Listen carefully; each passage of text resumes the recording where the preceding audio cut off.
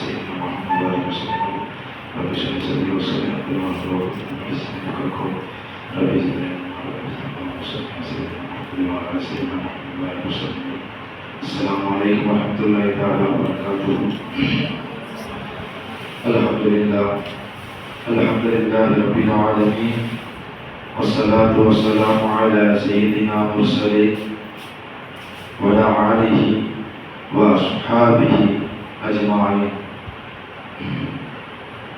فقد قال الله تعالى في القرآن الكريم وتجاهدون في سبيل الله بأموالكم صدق الله العظيم.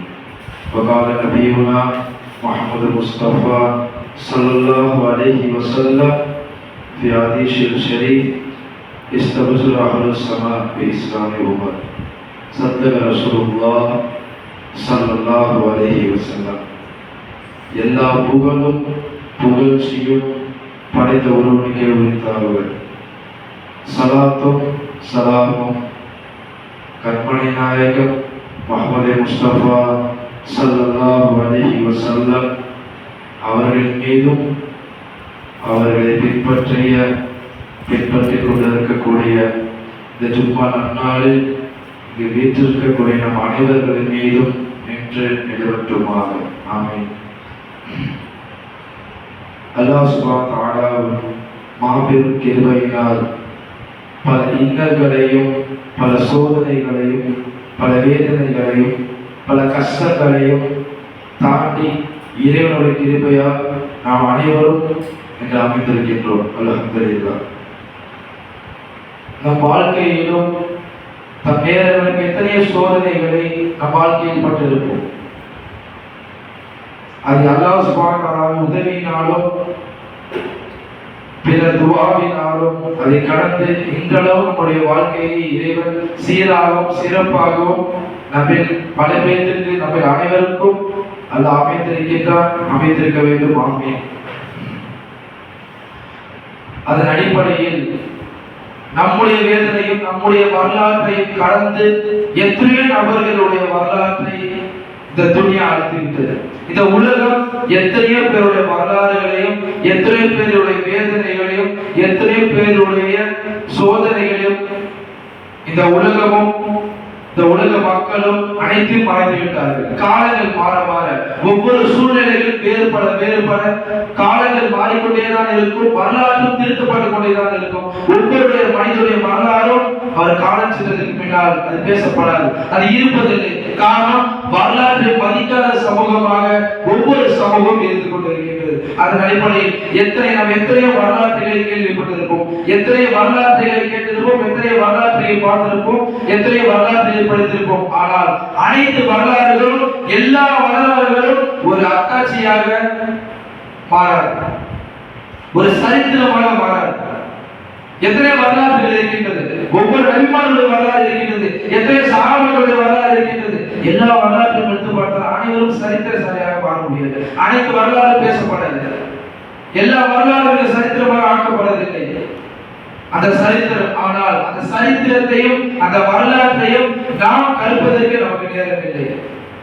இந்த வரலாற்றை கற்றுக்கொள்வதற்கு, அதன்படி அமல் செய்வதற்கு, அந்த வரலாற்று நாயகர்களை பின்பற்றுவதற்கு இந்த நூற்றாண்டிலும் இந்த காலத்திலும் எந்த ஒரு மனிதர்களுக்கும் விருப்பமும் இல்லை, ஆர்வமும் கிடையாது. கண்டிப்பாக ஒவ்வொரு வரலாறும், ஒரு சமூகத்துடைய வரலாறு தெரியவில்லை என்றால் அவன் சமூகம் ஒடுக்கப்படும். அனைத்து வரலாறு தெரிந்திருக்க வேண்டும். நாம் எவ்வாறு இந்த உலகத்திற்கு வந்தோம், எதற்காக இந்த உலகத்திற்கு வந்தோம், என்ன செய்ய போகின்றோம் என்று ஒவ்வொரு வரலாறும் நம் நபிமார்கள் கற்றுவிட்டார்கள், நம் சஹாபாக்கள் கற்றுக் கொடுத்துவிட்டார்கள். ஆனால் அதை கற்றுக்கொள்வதற்கும் அதை உள்வாங்குவதற்கும் நமக்கு நேரம் இல்லாமல் இருக்கின்றது. அதன் அடிப்படையில் நாம் வரலாற்றை கற்றுக்கொள்ள வேண்டும். எதற்காக வரலாறை கற்றுக்கொள்ள வேண்டும், எதற்காக வரலாறுகளுக்கு இம்பார்ட்டன்ஸ் கொடுக்க வேண்டும். காரணம், அல்லாஹ் சுப்ஹானஹு வ தஆலா குர்ஆனில் எக்கச்சக்கமான வசனங்கள் இருக்கின்றது. 6666 வசனங்கள் அல்லாஹ் சுப்ஹானஹு வ தஆலா வரலாற்றை பேசுகிறார், வரலாற்றை பேசுகிறார், அறிவியலை பேசுகிறார், ஒழுக்கத்தை பேசுகிறார், இவ்வாறு பல தலைப்பில் பேசுகிறார். ஆனால் அது அனைத்தையும் வரலாற்றின் மூலமாக பேசுகிறார். எல்லா விஷயமும் பேசுகிறார். அது அனைத்து வரலாறு மூலமாக வருகின்றது. அனைத்து வரலாறு, நபிமார்களுடைய வரலாறு வருகின்றது, சஹாபாக்களுடைய வரலாறு வருகின்றது.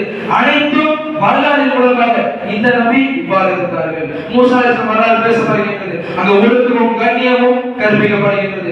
நூஹ் அலைஹிஸ்ஸலாம் வரலாறு பேசுகின்றது, எவ்வாறு அவர் கப்பலை செய்தார், எவ்வாறு ஒரு விஷயத்தை உருவாக்க வேண்டும் என்று அங்க ஒரு விஷயம் பேசப்படுகின்றது. இவ்வாறு அனைத்து விஷயங்களும் பேசப்படுகின்றார். அனைத்தும் வரலாறின் மூலமாக இந்த முஸ்லிம் உம்மத்துக்கு கொடுக்கின்றான் அல்லாஹ் சுப்ஹானஹு வ தஆலா. காரணம் வரலாறு. ஒரு சமூகம் தன்னுடைய வரலாறு இருந்து விட்டது என்றால் அந்த வாழ்க்கையை இருந்து விட்டது. அந்த சமூகம் ஒதுக்கப்பட்டு கொண்டுதான் இருக்கும். உலகம் கியாமத் வரை அந்த சமூகம் ஒதுக்கப்பட்டு கொண்டுதான் இருக்கும். காரணம் அவர்களுக்கு வரலாறு தெரியவில்லை. இந்த இந்தியாவுக்காக என்ன செஞ்சீங்க என்று கேட்கும் நம்மளுக்கு தெரியுமா? காரணம் நம்முடைய வரலாறு நமக்கு தெரியாது, நம்முடைய முன்னோர்களுடைய வரலாறு தெரியாது. இந்த துனியாவுக்காகவும் இந்த இஸ்லாத்திற்காகவும் இந்த சுதந்திரத்துக்காகவும் இந்த இஸ்லாமியர்கள் எவ்வாறு பாடுபட்டார்கள், எவ்வாறு தன்னுடைய உயிரை மாற்றிக் கொண்டார்கள் என்றெல்லாம் வரலாறை நம்ம அறிந்தால் மட்டும்தான் நாம் எவ்வளவு திறமைசாலிகள், நாம் எவ்வளவு தரமாக உலகத்தில் வாழ வேண்டும் என்று நமக்கு புரிய வேண்டும். நமக்கே ஒன்றும் தெரியவில்லை என்றால் எவ்வாறு நம்முடைய கண்ணியமாகவும் ஒரு செல்வித்து ஒரு உலகத்தை வாழ முடியும்? அல்லாஹ் அதன் அடிப்படையில் அல்லாஹ் சுப்ஹானஹு வ தஆலா இந்த உலகத்தையும் உலக மக்களையும் நேர்வழிப்படுத்த இரண்டு விஷயங்களை உலகத்தில் தந்துவிட்டார். இரண்டு விஷயங்கள், ஒன்று கிதாபுல்லாஹ், இரண்டாவது ரிஜாலுல்லாஹ். ரிஜாலுல்லாஹ் மனிதர்களின் மூலமாக உலகத்தை நேர்வழிப்படுத்துவது. நபிமார்கள் வந்தார்கள், எம்பெருமானார் ஸல்லல்லாஹு அலைஹி வஸல்லம் அவர்களுக்கு பின்னால் சஹாபாக்கள் இருந்தார்கள், சஹாபாக்களுக்கு பின்னால் தாபியீன்கள், தபா தாபியீன்கள், வலிமார்கள், இவ்வாறு நீண்ட பட்டியல் சென்று கொண்டிருக்கிறது. அவர் அனைவரும் ரிஜாலுல்லாஹ், மனிதர்களின் மூலமாக இவ்வுலகத்தை சரிப்படுத்துவது. இரண்டாவது கிதாபுல்லாஹ், முதலாக கொடுக்கப்பட்டது கிதாபுல்லாஹ். அல்லாஹ் சுப்ஹானஹு வ தஆலா ஒரு வேதத்தை இறக்கினார். நமக்கு தெரியும், 4 வேதத்தை இறைவன் இறக்கினார். ஜபூர், இன்ஜீல், தௌராத், குர்ஆன். நான்காவது கடைசி வேதமாக குர்ஆன் இறங்கியது.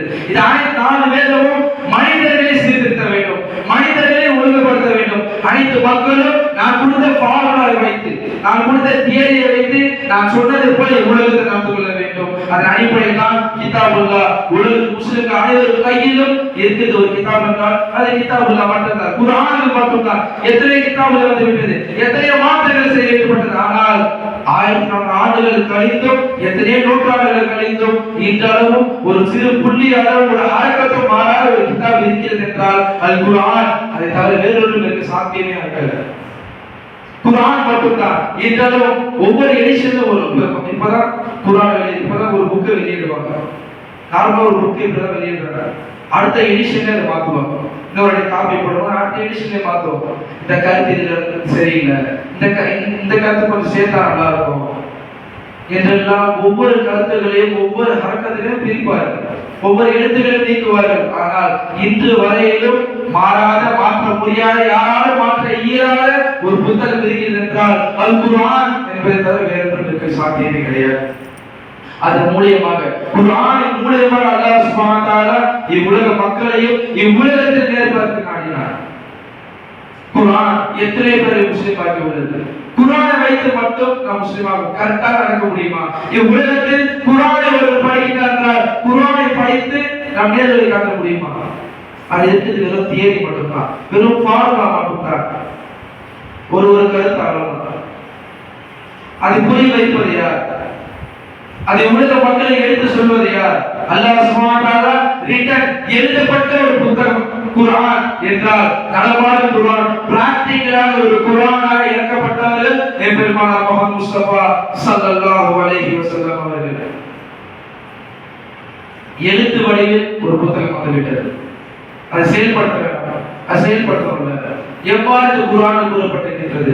இந்த குர்ஆன் எதற்காக எழுதப்பட்டிருக்கிறது? இந்த குர்ஆன் யாருக்காக எழுதப்பட்டிருக்கிறது என்றெல்லாம் சொல்வதற்காக ஒரு கடமாடும் ஒரு குர்ஆனாக வந்தவர்கள் எம்பெருமானார் முஹம்மது முஸ்தபா ஸல்லல்லாஹு அலைஹி வஸல்லம் அவர்கள். குர்ஆனில் 6666 ஆயத்துக்களை எடுத்து பெருமானார் ஸல்லல்லாஹு அலைஹி வஸல்லம் வாழ்க்கையை ஒப்பிட்டு பார்த்தால் இந்த குர்ஆன் ஆயத்துகளும் பெருமானார் ஸல்லல்லாஹு அலைஹி வஸல்லம் வாழ்க்கையும் ஒரே மாதிரி தான் இருக்கும். சில பேர் சொல்றது ஒரு வரை, நடப்பது ஒரு வரை. அப்படி இருக்கக்கூடிய சில பேர் சொல்லுவாங்க, நடந்துக்க மாட்டாங்க. பெருமானார் ஸல்லல்லாஹு அலைஹி வஸல்லம் அவர்கள் எதை சொல்லுகிறார்களோ அதை தான் செய்வார்கள், எதை செய்கிறார்களோ அதை மாற்ற எதுவும் சொல்ல மாட்டார்கள். நபி ஸல்லல்லாஹு அலைஹி வஸல்லம் ஒரு நடமாடும் குர்ஆனாக இருந்தவர்கள் பெருமானார் ஸல்லல்லாஹு அலைஹி வஸல்லம். இவ்வுலகத்திற்கு எதெல்லாம் தேவை, இந்த மக்களுக்கு எதெல்லாம் தேவை, முஸ்லிம்களுக்கு எதெல்லாம் தேவை என்று ஒவ்வொன்றையும் பார்த்து உலகத்துக்கு உலகத்திற்கு தந்தவர்கள் பெருமானார் முஹம்மது முஸ்தபா ஸல்லல்லாஹு அலைஹி வஸல்லம் அவர்கள். நபிக்கு பின்னால், நபி ஸல்லல்லாஹு அலைஹி வஸல்லம் அவர்களுக்கு பின்னால் பெருமானார் ஸல்லல்லாஹு அலைஹி வஸல்லம் அவர்கள் உலகத்தை விட்டு பிரியும் போது 1.5 லட்சம் சஹாபாக்கள் மாத்திரம் இருந்தார்கள். அதற்கு பின்னால் இஸ்லாத்துடைய கொடியை தூக்கி நிற்பது யார்? அதற்கு பின்னால் இஸ்லாத்தை எவ்வாறு கொண்டு செல்வது? அதற்கு பின்னால் யார் இஸ்லாத்தை பொறுப்பேற்பது என்றெல்லாம் ஆயத்தை பெருமானார் ஸல்லல்லாஹு அலைஹி வஸல்லம் அவர்கள் 4 பேரை நியமித்தார்கள். 4 நபர்கள் நியமித்தார்கள் கலீஃபாவாக. அபூபக்கர் ரலியல்லாஹு சித்திக் ரலியல்லாஹு அன்ஹு, உமர் இப்னு கத்தாப் ரலியல்லாஹு அன்ஹு, உஸ்மான் இப்னு அஃபான் ரலியல்லாஹு அன்ஹு, அலி இப்னு அபீ தாலிப் ரலியல்லாஹு அன்ஹு அவர்கள். மிகப்பெரிய ஒரு 4 தூண்களை பெருமானார் ஸல்லல்லாஹு அலைஹி வஸல்லம் அவர்கள் எனக்கு பின்னால் எக்கச்சக்கமான குழப்பங்கள் வரும். அப்பொழுது இந்த 4 பேர்களை நீங்கள் பற்றி வைத்துக் கொள்ளுங்கள். இந்த 4 பேர்களை நீங்கள் பின்பற்றிக் கொள்ளுங்கள். உலகம் சீராக செல்லும். நீங்கள் கரெக்டான வழியில் செல்வீர்கள் என்று பெருமானார் ஸல்லல்லாஹு அலைஹி வஸல்லம் அவர்கள் 4 தளபதிகளை 4 தலைகளை பெருமானார் ஸல்லல்லாஹு அலைஹி வஸல்லம் அவர்கள் வழிகாட்டி சென்று விட்டார்கள். அதன் அடிப்படையில் தான் நாம் அனைத்து சஹாபாக்களை பின்பற்ற வேண்டும். அனைத்து சஹாபாக்களுடைய வழிமுறையை பின்பற்ற வேண்டும். அனைத்து சஹாபாக்களுடைய சொல்முறையையும் நாம் வழிமுறையை பின்பற்ற வேண்டும். ஆனால் அவர்கள் வரலாறு நமக்கு தெரியுமா? அவர்கள் என்ன சொன்னார்கள்? அவர்கள் என்ன செய்தார்கள்? அவர்கள் எவ்வாறு இந்த உலகத்தில் மாற்றிவிட்டு சென்றார்கள் என்றெல்லாம் தெரிந்தால் மாத்திரம்தான் அவர்களை பின்பற்றுவதற்கு நம்மால் முடியும்.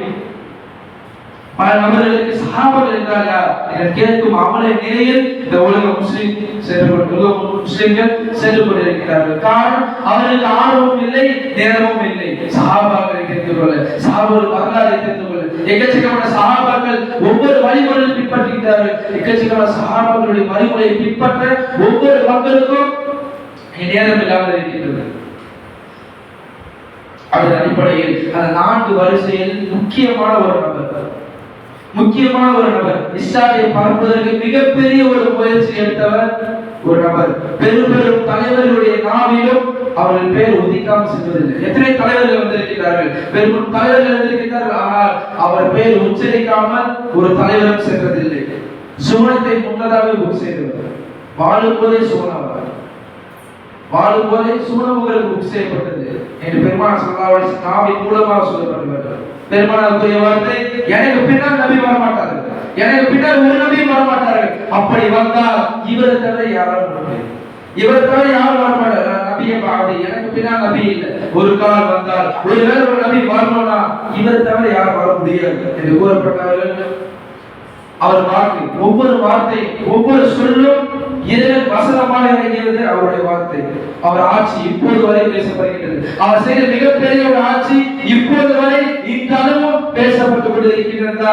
மிகப்பெரிய ஒரு நபர், ஒரே நபர் தான் உமர் அவர்கள் மாத்திரம்தான்.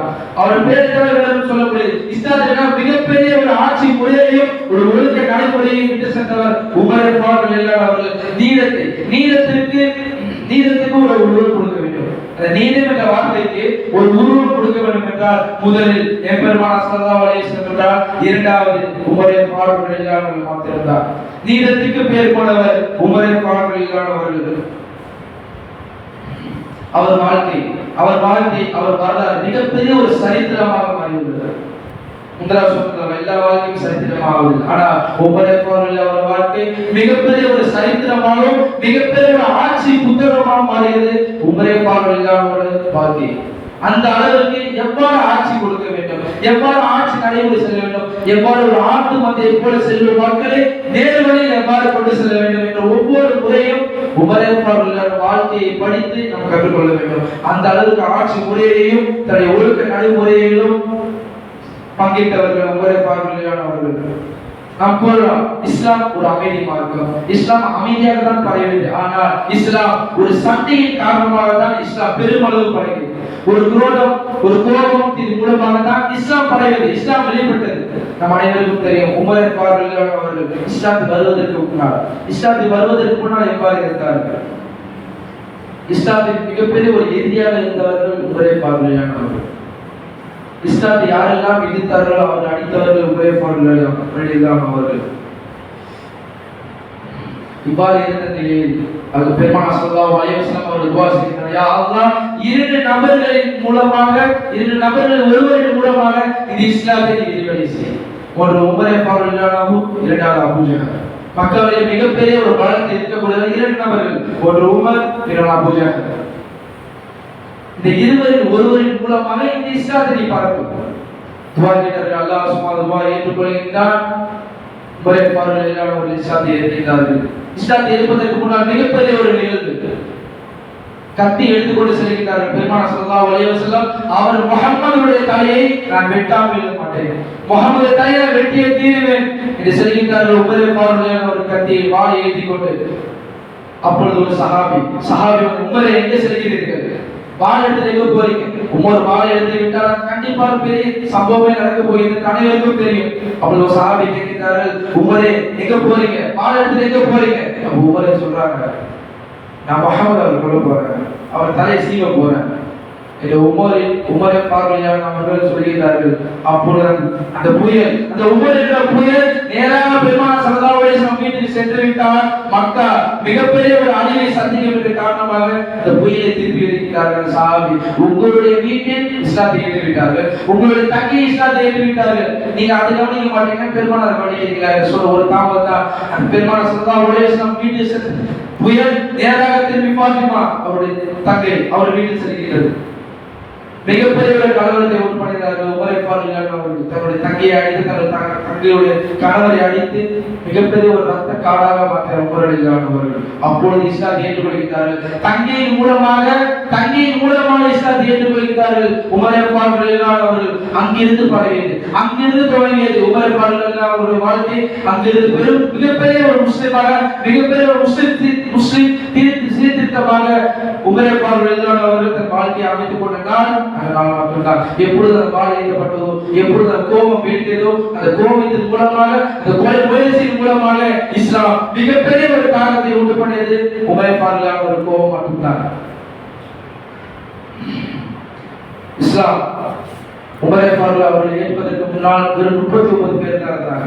40வது நபராக உமர் அவர்கள் இஸ்லாத்தில் நுழைகின்றார்கள். அப்பொழுது விரிவடைகின்றது இஸ்லாம், அப்பொழுது பரவுகிறது இஸ்லாம். வெளிப்படையாக பகிரங்கமாக இல்லாமல் உள்ரகமான இஸ்லாத்தை பெருமானார் ஸல்லல்லாஹு அலைஹி வஸல்லம் ஒவ்வொரு மூலமாக பரப்பிக் கொண்டிருக்கும் சமயத்தில் 40வது நபர் ஒவ்வொரு வந்த அடுத்த நிமிடம் இஸ்லாம் மக்கா முழுக்க பகிரங்கமாக பரவியது.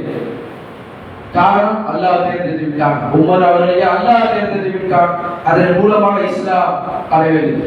உமர் அவர்கள் இஸ்லாத்தை ஏற்றவுடன் பெருமானார் ஸல்லல்லாஹு அலைஹி வஸல்லம் உமர் இஸ்லாத்தை ஏற்றதன் மூலமாக மலக்குமார்கள் சந்தோஷப்படுகிறார்கள், மலக்குமார்கள் சுப செய்தி சொல்கிறார்கள். இது பெருமானார் ஸல்லல்லாஹு அலைஹி வஸல்லம் கூறுகிறார்கள். அவர் இஸ்லாத்தை ஏற்று ஆட்சி செய்த காலம் வெறும் 10 வருடம் 6 மாதம் 7 நாட்கள் மட்டும்தான். அந்த 10 மாதம் மட்டும்தான், 10 வருடம் மட்டும்தான் இந்த துனியாவில் உமருடைய ஆட்சி இருந்தது.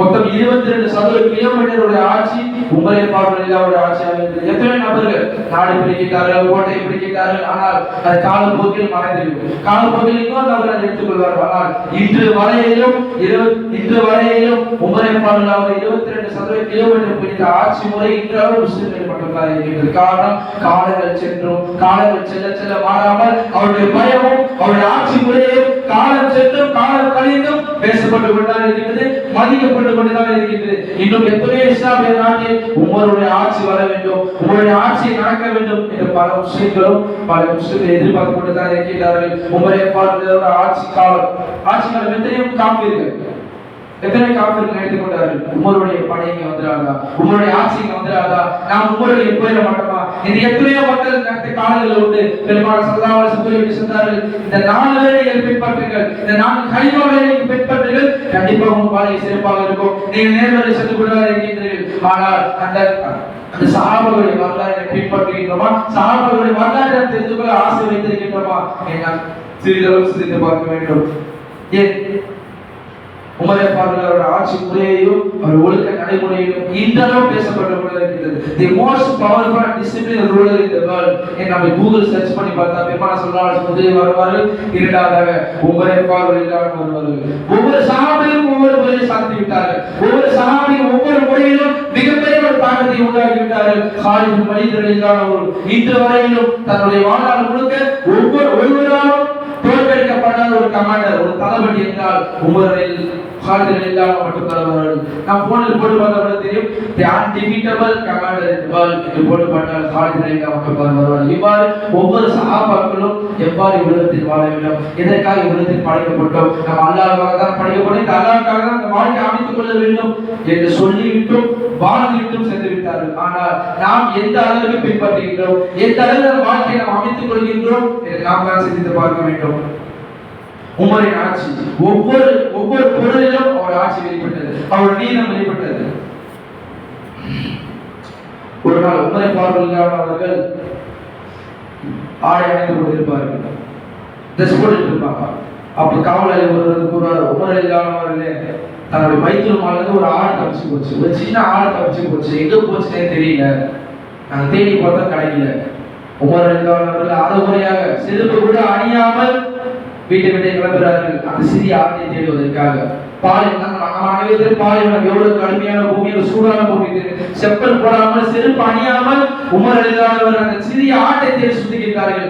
மொட்டை வெயிலில் சுத்திக்கிட்டார்கள். உமர் அலிலானவர் அனைவரும் சொல்கின்றார்கள், உமர் நீங்க எதுக்கு போறீங்க, நீங்க எதுக்கு போறீங்க, அத்தனை பேர் இருக்காங்க, அனுப்பிச்சு விடலாமே. அவள் கூறிய வார்த்தை, அல்லாஹ் என்னை தான் கேள்வி கேட்பான், அல்லாஹ் என்னை கேள்வி கேட்பான், நீங்கள் பதில் சொல்கிறீர்களா, உங்களால் பதில் சொல்ல முடியுமா, அல்லாஹ் என்னை தான் கேள்வி கேட்பான் என்று கூறிவிட்டு பாலைவனம் முழுவதும் தெரிந்தார்கள். உமரை அவர்கள் சரியாடுதான் அங்கு வெளிப்பட்டது உமர் அவர்கள். எங்கிருந்து வந்தது இந்த நீதமும் இந்த ஆட்சியும், எங்கிருந்து வந்தது? பெருமானார் ஸல்லல்லாஹு அலைஹி வஸல்லம் அவர்கள் எதை கற்றுக் கொடுத்தார்களோ, அவர்கள் எதை செய்தார்களோ அதுதான் சஹாபாக்கள் மூலமா வந்தது. சஹாபாக்கள் மூலமா தான் தாபீன்கள் வந்தது. இவ்வாறு அனைத்து மக்களின் மூலமாக இவ்வுலகத்தில் நம் கையில் இருக்கின்றது வரலாறு. இது நம்ம அடுத்த சமூகத்திற்கு எடுத்து செல்ல முடியுமா?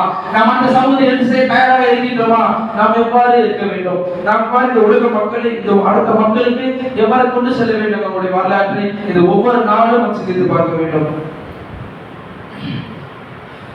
அதன் அடிப்படையில் வரலாறு தெரியவில்லை என்றால், ஒருவனுக்கு ஒரு சமூகத்திற்கு வரலாறு இல்லை என்றால் அந்த சமூகம் ஒடுக்கப்பட்டு கொண்டுதான் இருக்கும். இன்றாலும் எத்தனையோ முஸ்லிம்கள் கஷ்டப்பட்டு கொள்கின்றார்கள். நீங்க ஏன் இந்தியாவில் இருக்கீங்க, இந்தியாவில் இருக்கும் தகுதியில் ஏன் இந்தியாவில் இருக்கீங்க என்றெல்லாம் கோஷங்களும் கத்திலும் கேட்டுக்கொண்டுதான் இருக்கின்றோம். காரணம், நமக்கு நம்முடைய பலமும் நம்முடைய அங்கீகாரமும் நமக்கு தெரியவில்லை.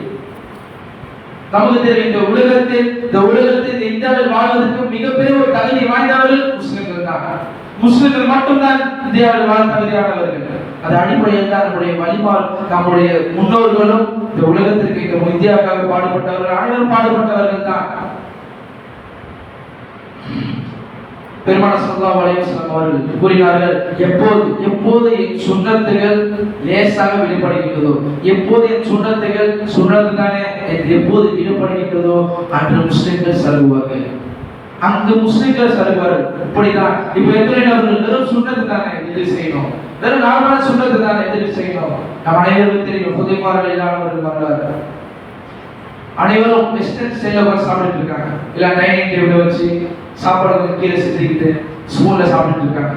இப்ப ஹுதைஃபா ரலியல்லாஹு அவர்களுக்கு சொல்லப்பட்டது, நீங்க எதுக்கு இப்படி சாப்பிடுறீங்க, எதுக்கு தலையில உட்காந்து சாப்பிடுறீங்க, எதுக்கு சுற்றா வச்சு சாப்பிடுறீங்க, கீழே விழுந்தாலும் எடுத்து போட்டு ஒரு மாதிரி அசிங்கமா சாப்பிடுறீங்க, எதுக்கு இந்த மாதிரி சாப்பிடுறீங்க? அவர் சொல்லும் போது ஹுதைஃபா ரலியல்லாஹு அன்ஹுடைய வார்த்தை, இந்த முட்டாளுக்காக என்னுடைய ஹபீபுடைய சுன்னத்தை என்று சொல்றியா, என்னுடைய ஹபீபுடைய சுன்னத்தை ஒரு சொல்றேன் என்று ஹுதைஃபா ரலியல்லாஹு கேட்கிறார்கள். அங்கு நிலைநாட்டப்பட்டது, எப்போது சுன்னத் தான் இது விடப்படுகிறதோ அங்க முஸ்லிம்கள், உண்மையான ஒரு முஸ்லிம்கள் அங்கு பாடலாக ஆக்க வேண்டும். இது எனக்கு பாடல். ஒவ்வொரு சுன்னத்தும் அப்படிதான். ஒரு கூட்டம் இது சுன்னத்தை விட்டுலாங்க, இது எதுக்கு பின்பற்றணும்? எப்பொழுதெல்லாம் ஒரு கூட்டம் செல்கின்றதோ இன்னொரு கூட்டம் செல்ல வேண்டும், இது பாடலதான், இது செய்து ஆக வேண்டும். அந்த முட்டா பசங்களுக்காக தான் என்னுடைய ஹபீபுடைய சுன்னத்தை என்னால் விட முடியாது. எப்பொழுது ஒரு கூட்டம் நிற்கின்றதோ அப்பொழுதுதான் இஸ்லாம் மிகப்பெரிய ஒரு மார்க்கமாக, மிகப்பெரிய ஒரு தூய்மையான மார்க்கமாக உருப்பெறுகிறது. உலகத்திலே மிகவும் டிசிப்ளினான ஒரு ஒழுக்கமான மார்க்கம் என்றால் அனைவராலும் கூறக்கூடிய ஒரு மார்க்கம் இஸ்லாம் ஒரு வார்த்தை மட்டும்தான். இஸ்லாம் மட்டும்தான் தூய்மையான ஒழுக்கமான மார்க்கம் என்று நாம் மாற்றத்திக் கொள்கின்றோம். ஆனால் நாம் தூய்மையாக இருக்கோமா, நாம் ஒழுக்கமாக இருக்கோமா என்று நம்மை கேள்வி கேட்க வேண்டும். நாம் சரியாக இருக்கின்றோமா, நம் வாழ்க்கையை நாம் சரியாக அமைத்துக் கொள்கின்றோமா? 5 பேர் தொழுவுங்க இது எத்தனை நபர்கள் கூறுவதுண்டு. ஆனால் அவர் தொழுகின்றார்களா? அவர் ஒழுக்கமாக இருக்கிறாரா? பெருமானார் ஸல்லல்லாஹு அலைஹி வஸல்லம் அவர்கள் முன்னாடி கூறுவது போல் எதை கூறுகிறார்களோ அதை போல நடப்பார்கள், எதை சொல்கிறார்களோ அதை தான் அனைத்தும் செய்வார்கள். அது பார்த்தா பெருமானார் ஸல்லல்லாஹு அலைஹி வஸல்லம் அவர்கள் ஒவ்வொரு முறையிலும் அல்லாஹ் சுப்ஹானஹு வ தஆலா ஒழுக்கத்தை போதித்தார். உலகத்தில் ஒழுக்கமாக வாழுங்கள், அனைத்து விஷயத்திலும் யாராக இருந்தாலும் சரி, மாற்றராக இருந்தாலும் பிடிக்காத யாராக இருந்தாலும் நீதம், அனைவருக்கும் நீதம் செலுத்துங்கள். ஆனால் இந்த இந்தியாவில் ஒரு கூட்டம், ஒரு சமுதாயம் ஒடுக்கப்பட்டுக் கொண்டே இருக்கிறது. பல காலமாக ஒரு கூட்டம் ஒதுக்கப்பட்டு கொண்டே இருக்கின்றது. முஸ்லிம் உம்மத்துகள் ஒதுக்கப்பட்டு கொண்டே இருக்கின்றது. காரணம், நம்முடைய வரலாறு நமக்கு தெரியவில்லை. நம்முடைய வரலாறு நமக்கு தெரியல, நம்ம மறந்து விட்டோம். நம்முடைய சஹாபாக்கள் எவ்வாறு பாடுபட்டார்கள், நம்முடைய முன்னோர்கள் எவ்வாறு பாடுபட்டார்கள் என்று நமக்கு தெரியவில்லை. அதற்காகத்தான் இந்தியாவில் வாழ்வதற்கு நமக்கு நாமே தகுதி இல்லை என்று சிலர் நினைத்துக் கொள்கிறார்கள். நன்றாக புரிந்து கொள்ள வேண்டும். இந்தியா என்பது செக்குலர் கண்ட்ரி, அனைவரும் சரிசமமாகப்பட்டது. அதே போல இஸ்லாம் கற்றுக் கொள்கின்றது, அனைவரும் சமம்தான், எல்லாமே சமம்தான், எல்லா மனிதர்களும் நினைத்தாலும் எல்லா மனிதர்களும் சமம்தான். ஒரே தலைவர் ரசூலுல்லாஹி ஸல்லல்லாஹு அலைஹி வஸல்லம் மட்டும்தான். பெருமானாரை உலகத்தை சமன்பாடே கற்றுக் கொடுத்தார்கள். அனைவரும் சமம் என்ற வார்த்தையை முதலில் முடிந்தவர்கள் பெருமானார் ஸல்லல்லாஹு அலைஹி வஸல்லம் மட்டும்தான். யார் செக்குலரிசம் கண்டுபிடித்து கொடுத்தார்களோ, இவ்வுலகத்தில் செக்குலரிசம் உருவாக்கி கொடுத்தார்களோ, அவர்களிடத்தில் தான் ஒதுக்கப்படுகிறார்கள். அந்த உம்மத்து தான் ஒழுக்கப்படுகின்றது, அந்த சமுதாயம் தான் ஒழுக்கப்படுகிறது. காரணம், நம்மிடத்தில் ஒற்றுமை இல்லை. இவ்வுலக முஸ்லிம்கள் எவ்வாறு சென்று கொண்டிருக்கிறார்கள் என்று தெரிந்து கொண்டு அதன் அடிப்படையில் உலக மக்களை தத்தீர் செய்ய வேண்டும், இவ்வுலகத்தை நடத்த வேண்டும். ஆனால் பல ஜமாத்துகள், பல இயக்கங்கள் மாறி தன்னுடைய ஜமாத்துக்கும் தன்னுடைய இயக்கத்துக்கும் எடுத்துக் கொண்டிருக்க காரணம், இஸ்லாம் பிரிந்து கொண்டிருக்கிறது, இஸ்லாம் தனித்தனியாக பிரிந்து கொண்டிருக்கிறது. பெருமானார் ஸல்லல்லாஹு அலைஹி வஸல்லம் கூறினார்கள், காலங்கள் செல்ல கியாமத் நாளில் என்னுடைய முஸ்லிம் உம்மத்தில் பல கிளைகளாக பிரியும். மொத்தம் 72 கிளைகளாக பிரியும். அதுல ஒரே ஒரு மட்டும்தான், ஒரே ஒரு ஜமாத் மட்டும்தான், ஒரே ஒரு கூட்டம் மட்டும்தான் சோழனுடைய பெருமானார் ஸல்லல்லாஹு அலைஹி வஸல்லம் சொல்கிறார்கள். அந்த சூழ்நிலையில் தான் நாம் இருந்து கொண்டிருக்கின்றோம். எத்தனை கூட்டங்கள் வந்துவிட்டது, எத்தனை ஜமாத்துகள் வந்துவிட்டது, எத்தனை கேவலமான விஷயங்கள் உலகத்தில் பரவிவிட்டது. ஆனால் நாம் எதை பின்பற்ற வேண்டும், நாம் யாரை பின்பற்ற வேண்டும் என்று ஒவ்வொரு நிமிடமும் தன் வாழ்க்கையை சரியாக அமைத்து நடக்க வேண்டும். அல்லாஹ் சுப்ஹானஹு வ தஆலா நாம் எப்பொழுதும் நேர்வழி இருக்க உதவுவானாக. உலக முஸ்லிம்கள் யாரெல்லாம் கஷ்டப்பட்டு கொண்டிருக்கிறார்களோ, அல்லாஹ் சுப்ஹானஹு வ தஆலா அவர்களுக்கு ரஹ்மத் செய்வானாக. யாரெல்லாம் ரிஸ்க் இல்லாமல் தவிக்கிறார்களோ, அல்லாஹ் சுப்ஹானஹு வ தஆலா இந்த உலக முஸ்லிம் அனைவருக்கும் ரிஸ்க் அளிப்பானாக. யாரெல்லாம் இந்த உலகத்தில் கஷ்டப்பட்டு கொண்டிருக்கிறார்களோ அவர் அனைவருக்கும் அல்லாஹ் சுப்ஹானஹு வ தஆலா ரஹ்மத்துல் நிஅமத்தில் ரிஸ்க் அளித்து அருள் புரிவானாக. ஆமீன். வாஹிர் தஅவானா அல்ஹம்துலில்லாஹி ரப்பில் ஆலமீன். அஸ்ஸலாமு அலைக்கும் வரஹ்மத்துல்லாஹி தஆலா வ பரகாத்துஹு. சுன்னத்துல் வல்